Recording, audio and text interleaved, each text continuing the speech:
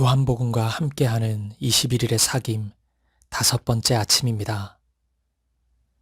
하나님의 말씀을 사모하여 예배의 자리에 나오신 모든 성도님들을 환영하고 축복합니다. 이 시간 우리에게 주신 하나님의 말씀은 요한복음 5장 1절부터 9절까지 말씀입니다. 그 후에 유대인의 명절이 되어 예수께서 예루살렘에 올라가시니라. 예루살렘에 있는 양문 곁에 히브리 말로 베데스다라 하는 못이 있는데 거기 행각 5이 있고 그 안에 많은 병자, 맹인, 다리 저는 사람, 혈기 마른 사람들이 누워 물의 움직임을 기다리니 이는 천사가 가끔 못에 내려와 물을 움직이게 하는데 움직인 후에 먼저 들어가는 자는 어떤 병에 걸렸든지 낫게 되밀어라. 거기 38해 된 병자가 있더라. 예수께서 그 누운 것을 보시고 병이 벌써 오래된 줄 아시고 이르시되 내가 낫고자 하느냐. 병자가 대답하되 주여 물이 움직일 때 나를 못에 넣어주는 사람이 없어 내가 가는 동안에 다른 사람이 먼저 내려가나이다. 예수께서 이르시되 일어나 내 자리를 들고 걸어가라 하시니 그 사람이 곧 나아서 자리를 들고 걸어가니라. 이날은 안식일이니. 아멘. 오늘 설교 제목인 배틀 로얄은 일본에서 만든 영화의 제목입니다. 이 영화는 다카미 코슌의 소설을 토대로 만들었는데 영화의 내용은 이렇습니다. 일본 경제가 붕괴되어 실업률이 15%에 이르는 시대가 되었습니다. 실업자가 1천만 명을 넘어서면서 일본은 극심한 사회적 혼란을 겪게 됩니다. 교육제도는 완전히 붕괴되고 미래의 청소년들은 이대로 가봤자 모두 실패자와 패배자만이 양성될 뿐이었습니다. 이때 일본 정부는 이러한 문제를 해결하기 위해 신세기 교육 개혁법이라는 법안을 제시합니다. 이 법은 전국의 중학교 3학년 중에서 매년 한 학급을 선택해서 한적한 곳에 오게 한 후에 한 사람씩 지도와 음식, 한 가지 무기를 주게 합니다. 그리고 마지막 한 사람이 남을 때까지 서로를 죽이게 하는 일종의 서바이벌 게임과 같은 것이었습니다. 이렇게만 한다면 결국 경쟁력 있는 한 사람만이 남을 것이라는 내용의 영화입니다. 그런데 여러분, 충격적이게도 오늘 말씀의 본문 안에 이런 배틀 로얄의 현장이 등장합니다. 그곳의 이름은 베데스다입니다. 베데스다는 자비의 집이라는 뜻인데 그 이름의 뜻과는 달리 이곳에서는 매우 끔찍한 경쟁이 펼쳐지고 있었습니다. 본문 3절을 보면 이곳 주변에 건강의 문제를 안고 있는 수많은 사람들이 모여 있었습니다. 이 사람들이 이곳에 왜 모여 있었을까요? 본문 4절에 그 답이 있습니다. 이는 천사가 가끔 못에 내려와 물을 움직이게 하는데 움직인 후에 먼저 들어가는 자는 어떤 병에 걸렸든지 낫게 되밀어라. 전설처럼 내려오는 이야기가 있었습니다. 어쩌다 천사가 내려올 때가 있는데 그때마다 베데스다 연못의 물이 움직이게 된다는 것입니다. 그런데 바로 그때 물에 제일 먼저 들어가는 사람은 어떤 병이든지 치유를 경험하게 된다는 이야기입니다. 이것이 사실인지 아닌지 모르겠으나 건강을 잃은 수많은 사람들은 신락 같은 희망을 안고 이곳에 모여 있었습니다. 여기까지만 보면 이곳의 이름이 베데스다, 자비의 집이라는 것이 이상하지는 않습니다. 오히려 어울립니다. 사람들에게 회복의 희망을 주는 곳이기 때문입니다. 그런데 이곳을 들여다보면 이곳에 작동하는 시스템이 매우 이상하다는 것을 알 수 있습니다. 첫째, 베데스다에는 불확실성에 의존한 운명론적 시스템이 작동하고 있습니다. 보십시오. 이곳에 천사가 내려온다고는 하는데 그 때를 아무도 모릅니다. 언제 오는지, 진짜 오는지 그 누구도, 그 무엇도 알 수 없습니다. 그냥 막연한 기대감 하나로 그토록 수많은 사람들이 이곳에 머물러 있는 것입니다. 이곳에 모인 사람들은 지푸라기라도 잡는 심정으로 와 있었지만 그 열망에 비해 이곳은 매우 우발적이고 폭력적인 곳이었습니다. 모인 이들에게 전혀 친절하지 않습니다. 본문 4절의 표현처럼 가끔이라는 단어로 퉁치고 있는 것입니다. 이것을 과연 자비라고 부를 수 있을까요? 아무도 그렇게 이야기할 수 없을 것입니다. 이것이 바로 가짜 자비의 집, 베데스다에 작동하고 있었던 첫 번째 시스템입니다. 둘째, 베데스다에는 무한 경쟁의 시스템이 작동하고 있었습니다. 천사가 와서 물이 움직인다고 칩시다. 그런데 그런 경우가 벌어지더라도 그곳에 있는 모두가 치유를 경험하는 것은 아니었습니다. 오직 한 명, 가장 먼저 물에 들어가는 자만이 회복을 경험할 수 있었습니다. 사실 베데스다는 오직 1등만이 살아남는 서바이벌 게임장이었던 것입니다. 일종의 배틀 로얄이 벌어지고 있는 무한 경쟁의 장이었던 것입니다. 그런데 본문 5절에 보면 이곳에 38년을 머물러 있던 사람이 있었습니다. 어떤 어려움인지는 모르지만 오랜 시간 건강의 어려움으로 인해 모든 소망을 잃어버린 사람이었습니다. 이때 놀라운 일이 벌어집니다. 바로 이 사람 앞에 예수님이 나타나신 것입니다. 그리고 예수님은 하나의 질문을 던지십니다. 뭐라고 질문했는지 아십니까? 혹시 언제 천사가 내려오는지 알고 싶으냐? 이런 질문이었을까요? 아니면 물이 움직일 때 그곳에 1등으로 들어갈 수 있도록 내가 도와주기를 바라느냐? 이런 질문이었을까요? 아닙니다. 예수님은 이렇게 질문하지 않으셨습니다. 왜요? 사실 이 질문이야말로 이 사람이 가장 듣고 싶은 내용이었을 것입니다. 하지만 예수님은 이런 질문을 하지 않으십니다.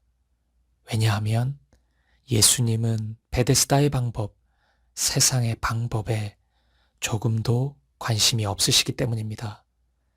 예수님은 다만 이렇게 질문하십니다.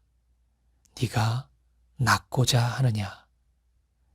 여러분, 이보다 반가운 질문이 있을까요? 이보다 희망찬 질문이 있을까요? 지나가는 사람이 놀리려고 하는 말이 아닌 이상 무언가 답이 있으니 이런 질문을 한 것이지 않겠습니까? 그것도 예수님이 이 질문을 하고 있습니다. 이제 된 것입니다. 예수님이 이 사람을 고쳐주시려고 하는 것이 분명합니다. 이제 기적이 눈앞에 있는 것입니다. 그런데 이 사람의 반응이 놀라워요. 본문 7절입니다. 병자가 대답하되 주여 물이 움직일 때에 나를 못에 넣어주는 사람이 없어 내가 가는 동안에 다른 사람이 먼저 내려가나이다. 예수님이 눈앞에 나타나셨는데 이 사람은 여전히 베데스다 이야기만 하고 있습니다. 베데스다에서 쌓았던 자신의 경험과 자신의 철학만을 이야기하고 있습니다. 다른 이도 아닌 예수님에게, 자신을 회복시켜 주시려는 예수님에게 베데스다에 대해서만 주절주절 설명하고 있는 것입니다. 여러분, 이 얼마나 어리석은 모습입니까? 이 얼마나 의미 없는 모습입니까? 그런데 여러분, 혹시 이 사람의 모습이 바로 저와 여러분의 모습은 아닐까요? 주님이 눈앞에 계신데도, 그분의 말씀이 주어졌음에도 여전히 베데스다를 이야기하고 베데스다의 철학과 경험을 이야기하고 있는 것은 아닙니까? 이 사람에게 필요한 대답은 무엇일까요? 적어도 본문 7절과 같은 답은 아닐 것입니다. 이 사람은 이렇게 대답했어야 옳습니다. 네, 주님, 일어나고 싶습니다. 회복되고 싶습니다. 나를 고쳐주십시오. 나를 새롭게 하여 주시옵소서. 이 대답을 했어야 합니다. 이 대답을 했어야만 했습니다. 오늘 이 아침 주님 앞에서 진실된 마음으로 이렇게 고백할 수 있는 저와 여러분 되기를 간절히 소망합니다. 오늘 본문 마지막 절인 9절은 이 날이 안식일이었다고 말씀하고 있습니다. 그리고 본문의 시작인 1절은 유대인의 명절이었다고도 말씀합니다.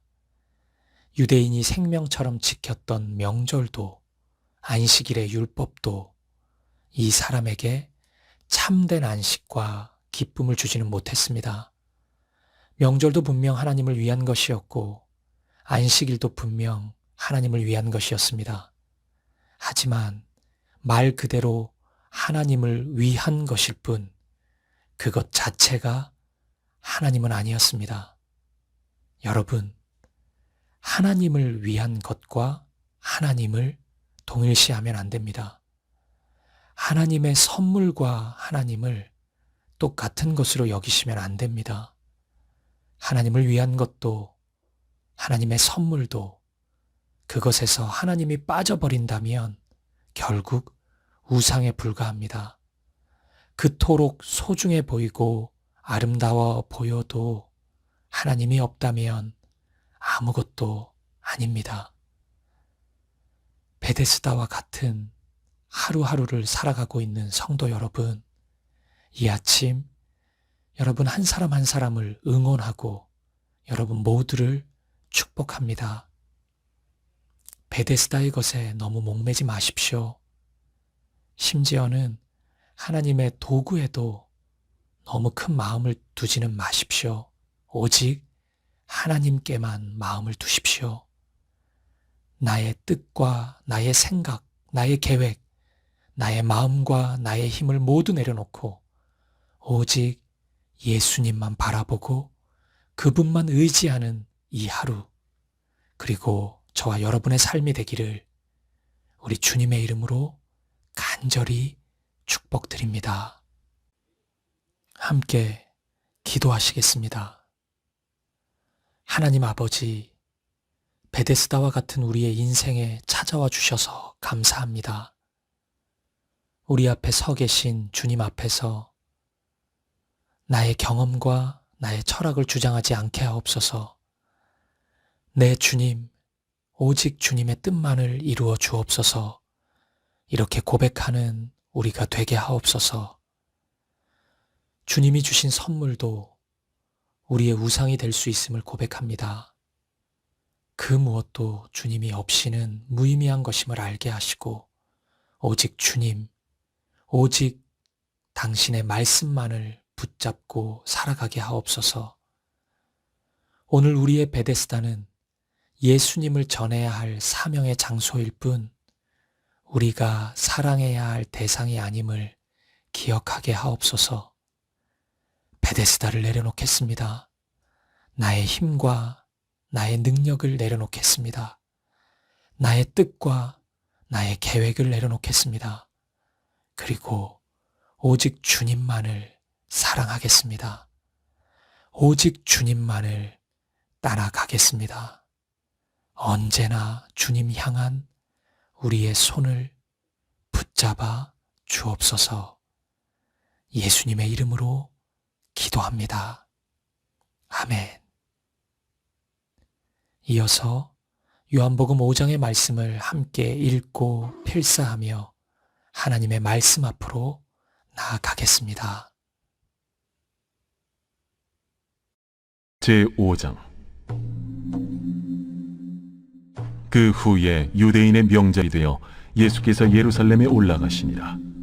예루살렘에 있는 양문 곁에 히브리 말로 베데스다라 하는 못이 있는데 거기 행각 5이 있고 그 안에 많은 병자, 맹인, 다리 저는 사람, 혈기 마른 사람들이 누워 물의 움직임을 기다리니 이는 천사가 가끔 못에 내려와 물을 움직이게 하는데 움직인 후에 먼저 들어가는 자는 어떤 병에 걸렸든지 낫게 됨이라. 거기 38해 된 병자가 있더라. 예수께서 그 누운 것을 보시고 병이 벌써 오래된 줄 아시고 네가 낫고자 하느냐? 주여, 물이 움직일 때에 나를 못에 넣어주는 사람이 없어. 내가 가는 동안에 다른 사람이 먼저 내려가나이다. 일어나 네 자리를 들고 걸어가라. 그 사람이 곧 나아서 자리를 들고 걸어가니라. 이날은 안식일이니 유대인들이 병 나은 사람에게 안식일인데 네가 자리를 들고 가는 것이 옳지 아니하니라. 나를 낫게 한 그가 자리를 들고 걸어가라 하더라. 너에게 자리를 들고 걸어가라 한 사람이 누구냐? 고침을 받은 사람은 그가 누구인지 알지 못하니 이는 거기 사람이 많으므로 예수께서 이미 피하셨습니다. 그 후에 예수께서 성전에서 그 사람을 만나 이르시되 보라, 네가 나았으니 더 심한 것이 생기지 않게 다시는 죄를 범하지 말라. 그 사람이 유대인들에게 가서 자기를 고친 이는 예수라 하니라. 그러므로 안식일에 이러한 일을 행하신다 하여 유대인들이 예수를 박해하게 된지라. 예수께서 그들에게 이르시되 내 아버지께서 이제까지 일하시니 나도 일한다.